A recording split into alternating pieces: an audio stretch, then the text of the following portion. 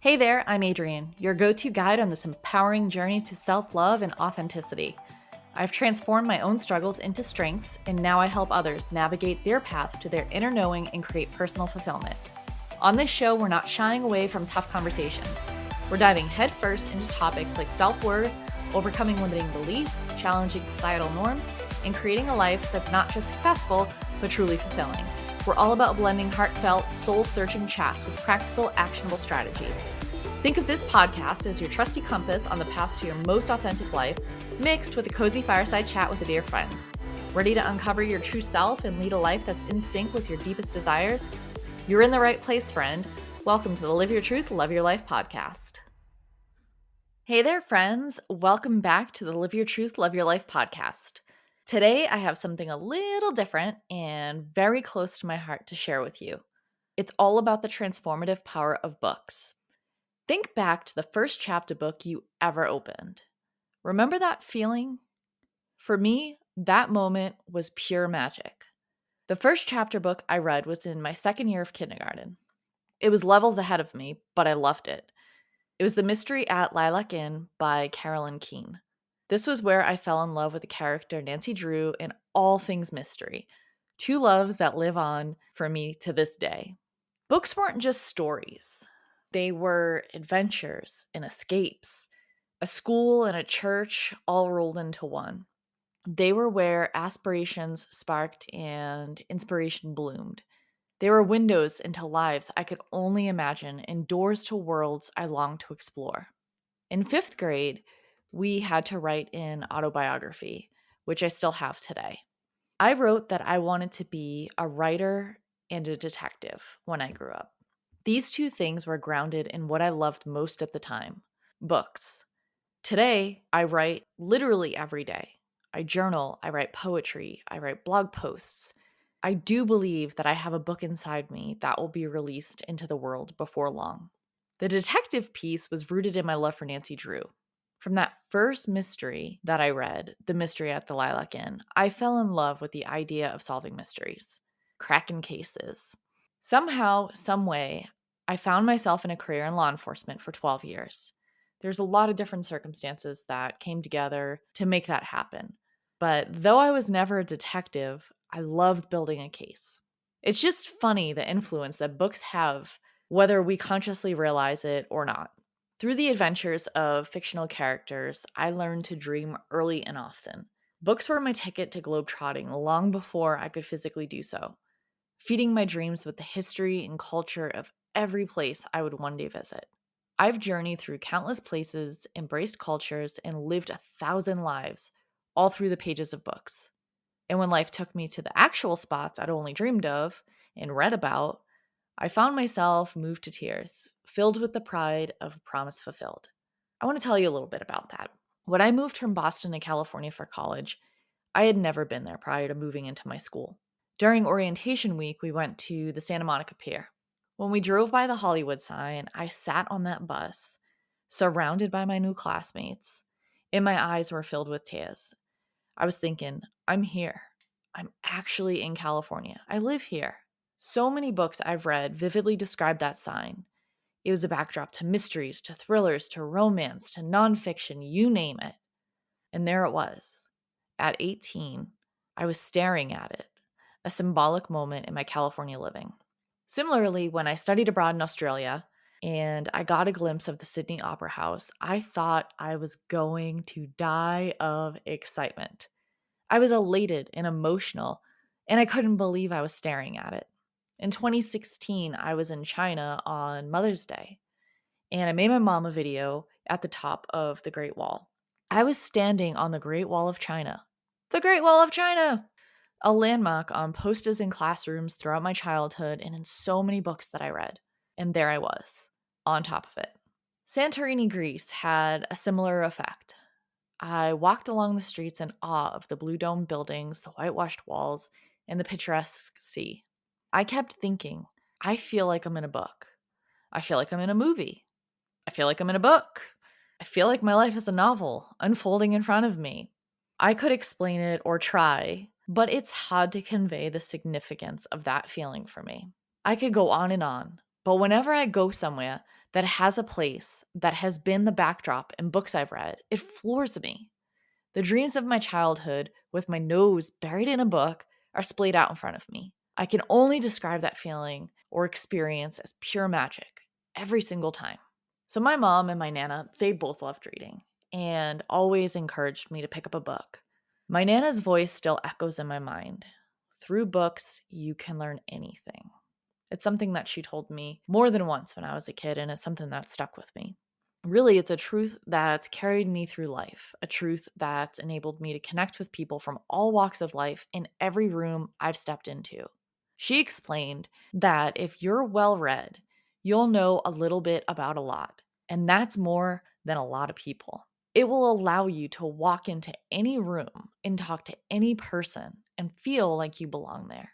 I'm not sure when she told me that. I know I was pretty young, probably elementary school, possibly junior high, but I mean, I was pretty young, and it has turned out to be some of the most true advice that I've ever received. It's something that has been really important and central to me as I've developed myself throughout the years. But beyond the escapism and adventure, in the learning, books, especially nonfiction biographies, memoirs, they allow us to see the heroes that we admire as real people. They face challenges just like us. They harbor self doubts and they overcome. It's in their stories that we often find fragments of our own. I recall hours spent in the silent companionship of library shelves. Straight up, I was a nerd when I was a kid. I loved books, probably more than anything else. And I loved going to my local library. I would get lost in stories for hours and hours. At any given time, I had 4 or 5 books checked out, and somehow I read them all simultaneously. A habit that continues today. At any given moment, I'm reading a personal development book, something on psychology, something on business, a memoir, and a novel. I liken it to people that are watching multiple shows at once. You got your favorite ones across the platforms, from Netflix to Hulu to HBO. I do that, but with books. So, when I was a kid, the local library had a book night for kids probably once a quarter. It was every few months, so I'm thinking once a quarter. But, anyways, you'd go in and someone would read a portion of a book, or maybe they'd read like a whole picture book, and then there'd be tables set up and you could browse them and pick 2 brand new free books. I was insufferable at these events. My mother and brother had to deal with me for 2 to 3 hours at these things. And I say, quote unquote, had to deal with me because I had to look at every single book available. Every single book. I had to read the back of them. I had to weigh all of my options. I was obsessed with Nancy Drew, as mentioned. And after the first couple of events, the librarians would hold the Nancy Drew books aside for me so I could see which ones I didn't have yet. But I didn't limit myself to just Nancy Drew. I dabbled in everything from VC Andrews to Choose Your Own Adventure books to the Babysitter's Club, Hardy Boys, Boxcar Kids, anything by Judy Blume. I mean, the list is endless. I usually took so long to make my selections that the event would be winding down by time I had my choices narrowed. The librarians usually let me pick extra books. They knew I loved books and I read anything and everything I could get my hands on. They knew my family didn't have a lot of money and that an extra book was like Christmas came early. That might sound like an exaggeration, but really, few things made me as happy as a new book, and they knew that. So they spoiled me in the best way possible. When I was holding a few extras, agonizing over my decision, they would let me keep whatever was still in my hands. I don't think they knew, or maybe they did, what that meant to me, but it was everything. So you might be wondering, what am I reading now? I'm reading Cassandra in Reverse, which was a Reese Witherspoon book club pick. Follow along that book club, by the way. I haven't read one of her picks and not enjoyed it. They're all fantastic. I'm also reading Smart Brevity, a book about copywriting, which was recommended by my amazing friend Michelle, who's in advertising. I'm reading A Liberated Mind by Stephen C. Hayes, which is a book about acceptance and commitment therapy. This is one of the techniques that I've learned in my coach training, so I always like to go a little bit deeper. Let's see, I'm also reading Passion to Purpose by Amy McLaren, which is about her journey into the nonprofit world and building a life around her passions. And a guilty pleasure, that I'm also reading right now is the Britney Spears memoir, The Woman in Me, which is shocking and outrageous, and definitely read it or listen to it. It's worth hearing the full story if you were a fan of pop culture around the time that she was releasing music. But anyways, I'm not saying to go out and buy any of these books because I'm not done and can't make a proper recommendation. Although, again, if you were like into the whole NSYNC, Backstreet Boys, Britney Spears, Christina Aguilera pop culture scene in the late 90s, early 2000s, I would say pick that book up. I'm almost done with it. And yeah, it reveals a lot. Essentially, I just wanted to give you a glimpse of what's going on in my world book-wise at the moment. I always tell people, if I let you look at my bookshelves or at my Kindle library, I am giving you a glimpse into my soul. Books are a huge part of who I am and how I spend my time. So you're probably wondering, why in the world am I going on and on about books right now? There actually is a reason for it. Okay, so I'm beyond excited to announce the Live Your Truth, Love Your Life book club launching December 1st. We're going to take our love for reading a step further. We're not just reading, we're transforming. I'm so giddy, honestly. So, we'll be sharing personal development gems that we can actively apply to our lives and occasionally delve into some fiction that challenges and reflects our personal journeys. This is an invitation to build community that grows together through the pages of inspiring books. It's about more than just reading, it's about implementing and living the wisdom we uncover. A few months back, I was able to go to the book signing for You Are a Badass, the 10th anniversary edition by Jen Sincero. And I talked to her about her book, which I do love, by the way. It kind of talks you through the self-sabotaging beliefs and behaviors that stop you from getting what you want. It's all about shifting your energy to attract what you desire and create a life that you love. And that obviously is a message that resonates with me. And so I've read this book, I've read it a few times, and I was talking to her and told her, when I read this book, getting into the self development world, the personal growth, that kind of field was this distant dream to me. I knew I had a lot to share. I knew I had stories to tell. I had a message I wanted to put out there. I wanted to help people, all of these things. But when I read the book, it was something that was kind of just this dream in my mind that maybe one day I could do that. And so I told her, I read your book and there was so much in it that contributed to my journey of getting to where I am now and kind of following some of this advice that's in the book, and some of the stuff that she lays out is super actionable and relatable. It's not just a maybe if you do this, you could do that. It's engaging, is what I'm trying to say. It's a really engaging book.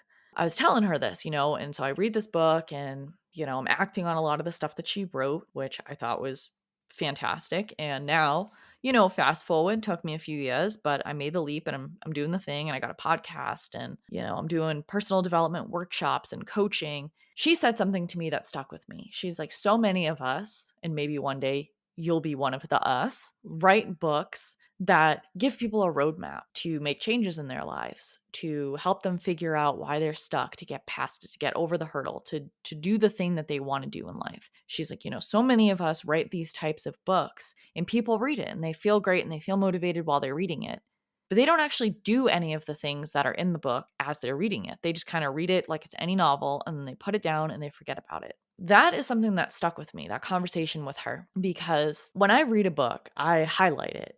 I take notes from it. I revisit it. I figure out what in this book can I actually use.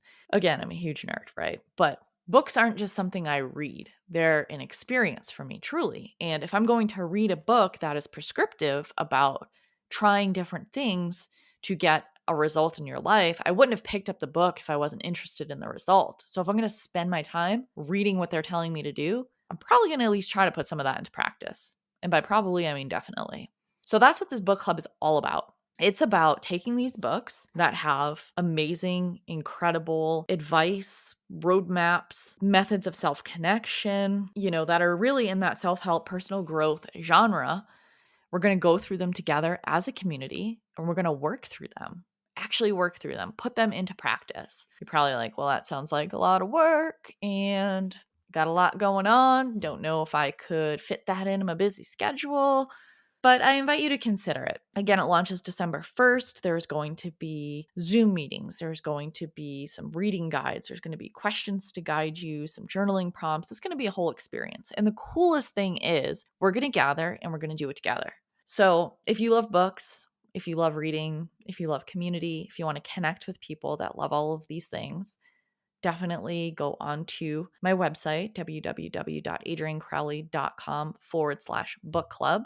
Right now, there's a waitlist up, so get on the waitlist. You'll get all of the information once it is fully available and up on the website. Yeah, I hope that you will join me. So I invite you to keep an ear out for the upcoming details. Again, throw your name and email address into that waitlist. So until then, I want to hear from you. What book has touched your life in a significant way? I want you to share your story with me on social. Tag me, either my personal account, Miss Adrian_C on Instagram, or the podcast account at Live Your Truth, Love Your Life. And I would love to share your stories with the community as well. So again, I hope you'll consider joining me for book club. It launches December 1st. Opportunities to sign up will, of course, be before then. And this book club is really going to be a catalyst for growth, a source of support.